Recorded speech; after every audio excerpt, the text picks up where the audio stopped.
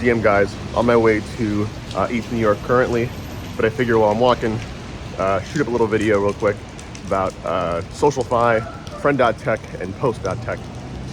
You know, it's no secret that I've been a little bit against trying these SocialFi platforms just because I don't like the idea of creators essentially making a token about them, because it lives forever and it's on the blockchain. And I don't think it's a good idea personally for most people. But I'd figure, let me try it out under a pseudonymous account. So if you look up my name on any of these platforms, you're not going to find it, unfortunately. I just wanted to try it out to see how it was. And I guess what I should say first is I didn't try out Friend.Tech, that's on base. I tried out Post.Tech, that's on Arbiter, for obvious reasons. Now the difference is though, if you've never tried one of these platforms, they all work a little bit differently, but Post.Tech specifically is essentially a Twitter clone with the added function of being able to buy and sell people. And I should preface, a very choppy Twitter clone.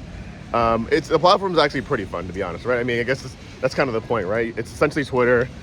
You can see people post, you can follow them, you can like their things, retweet them, etc.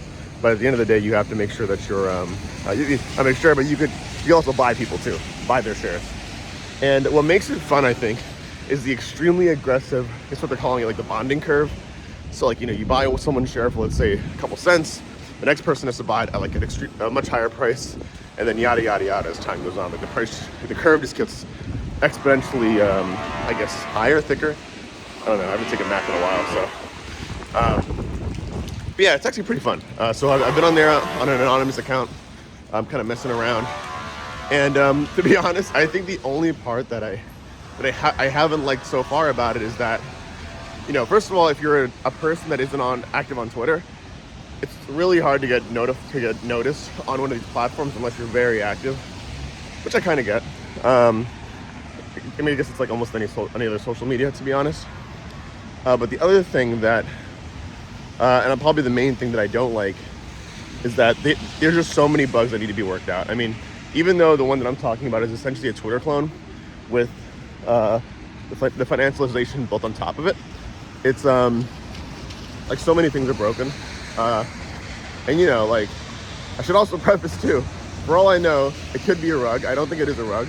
I hope it's not a rug, I should say. They're on Arbitrum, so I'm giving them the benefit of the doubt, but definitely huge disclaimer. It could 100% be a rug. It's why I'm using an anonymous account. I literally put like $10 into it, and I'm not expecting anything serious out of it. So we'll see. I think there is a place in crypto for SocialFi. Friend.Tech obviously is the biggest one and still very, very active. The Post.Tech one that I'm using currently is kind of lost a good amount of volume since its peak. I think it hit about like almost 1 million in TVL at some point.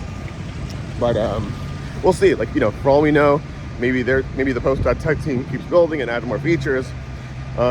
More platforms come out, then maybe outperform it. No one knows. What I do know is that if you are going to use one of these platforms, definitely, obviously, be careful. This stuff is probably as degen, if not more degen, than like NFC trading. It's very, very liquid, obviously. If someone has bought most of their own shares, you can do that. You can buy your own token, essentially. They can essentially dump on you whenever they want to. Like, it's a whole thing. It's like it's literally the quintessential version of what crypto Twitter should be, to be honest. I can totally see crypto Twitter moving on to one of these platforms, but I think beyond that, for the average Joe, this stuff is pretty insane. But yeah, that's my take. I'm actually pretty bullish on the potential of these platforms. I think the way they are today, obviously, they need a lot of work. But they're still fun to toy around with if you have a little time and a little ease. That being said, be careful, guys. Stay safe out there, and I'll catch you in the next one. Peace out.